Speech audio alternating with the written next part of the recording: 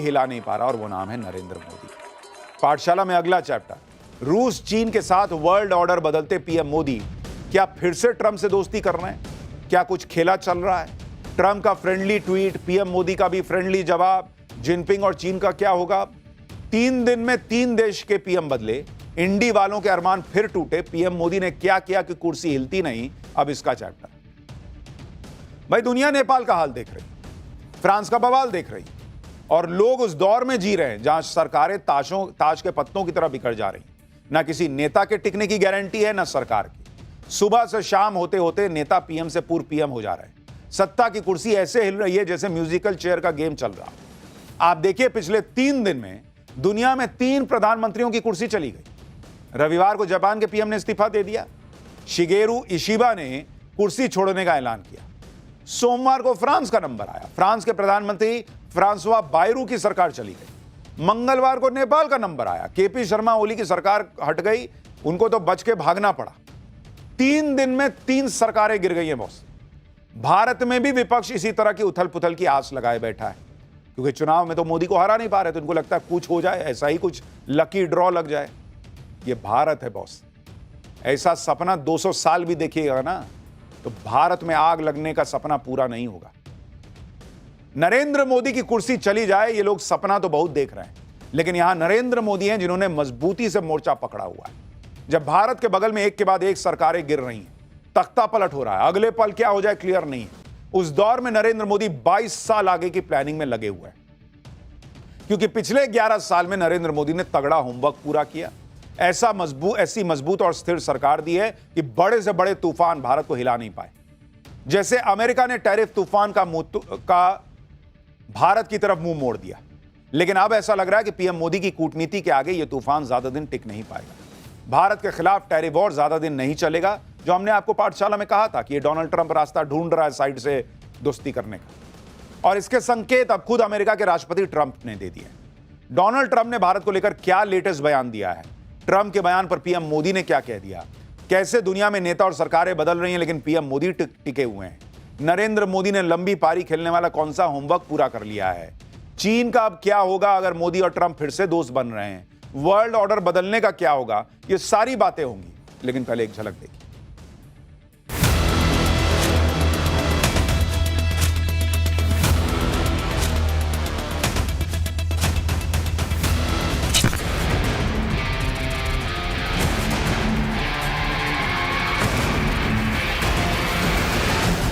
India and the United States have a special relationship. There's nothing to worry about. Modi है, यहाँ किसी का दबाव नहीं चलता है।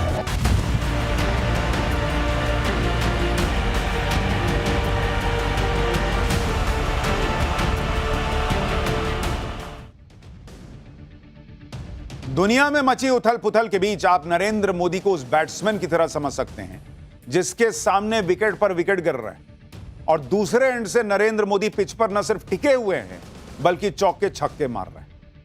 आपको एक आंकड़ा दिखाता हूं जिससे आपको यह समझ आएगा कि जिस चीज के लिए दुनिया तरस रही है, भारत में नरेंद्र मोदी ने उसे कैसे कायम रखा हुआ है, और वो चीज है राजनीतिक नेतृत्व की स्थिरता।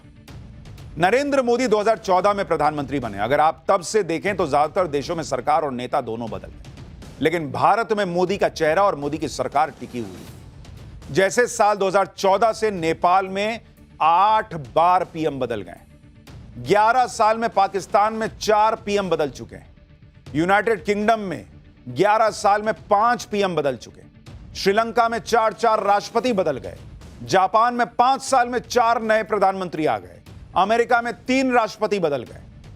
यानी दुनिया इधर से उधर हो गई, भारत में एक नाम नरेंद्र मोदी टिके हुए, और इसीलिए भारत की इकोनॉमी रॉकेट बनी हुई है। दुनिया भारत को सम्मान दे रही है कि बॉस हमसे नहीं हो पा रहा, ये मोदी कैसे कर रहा है, हमसे इकोनॉमी नहीं संभल रही है, आदमी रॉकेट बनाए हुए है, हमसे महंगाई नहीं कंट्रोल होती है, भाई ने पकड़ के रखा कि डबल डिजिट तो जाना दूर, 6 के पार ना जाना, अंदर आओ, चलो अंदर चलो। यूके में तो इतनी राजनीतिक अस्थिरता हो गई कि वहां पर एक साल में 3 प्रधानमंत्री बदल गए। इसी तरह से फ्रांस को एक साल में 4था पीएम मिला है। अभी तो आपको कुछ ही देशों का हाल बताया।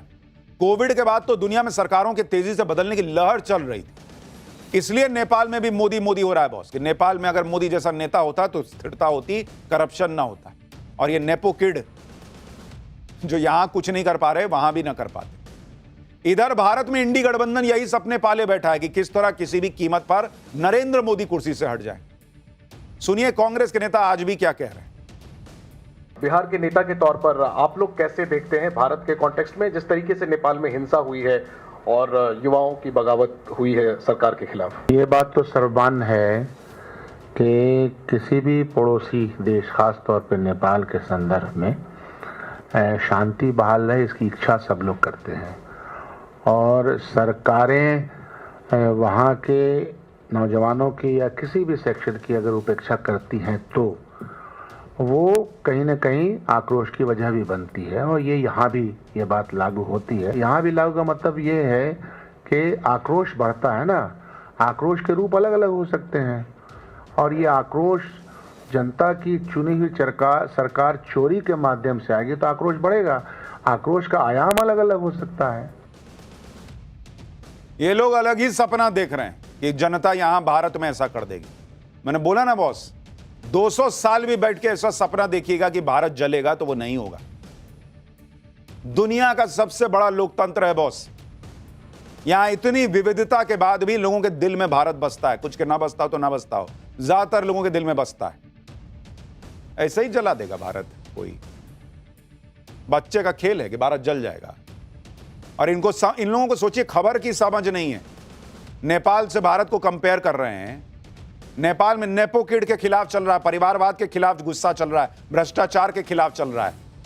किसकी सरकार गई थी 2014 में भ्रष्टाचार की वजह से? परिवारवाद किन पार्टियों में है?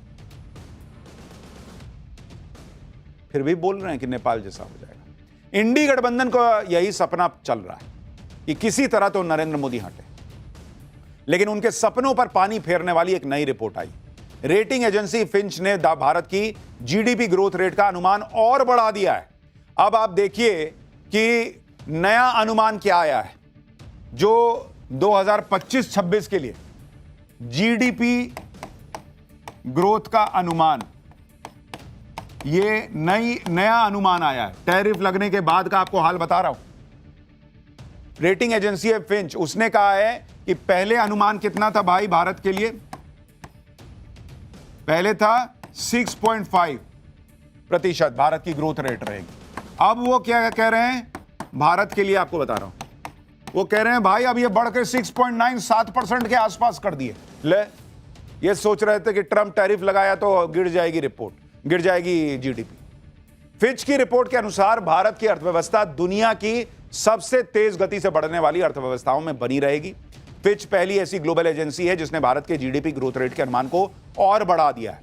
इससे पहले टैरिफ और दूसरी वजहों से बाकी रेटिंग एजेंसी ने ग्रोथ रेट को कम आंका था। रेटिंग एजेंसी ने माना कि भारत की घरेलू मांग की उसकी ताकत, उसकी बहुत बड़ी ताकत है। यानी जो लोग ये मान रहे थे कि ट्रंप ने टैरिफ लगा दिया अब क्या होगा, ग्लोबल रेटिंग एजेंसी भी कह रही है कि भारत का कुछ ना होने वाला, भारत ऐसे ही तेजी से बढ़ता रहेगा। यही नरेंद्र मोदी की ताकत है, क्योंकि राजनीतिक स्थिरता का सीधा कनेक्शन देश की आर्थिक तरक्की से होता है। देश ने नहीं देखा है 90s में क्या होता था, खिचड़ी सरकार चल रही है, सरकार बचाने के लिए किसी तरीके से ये ना करो वो ना करो हिसाब चल रहा है। या यूपीए के जमाने में क्या होता था?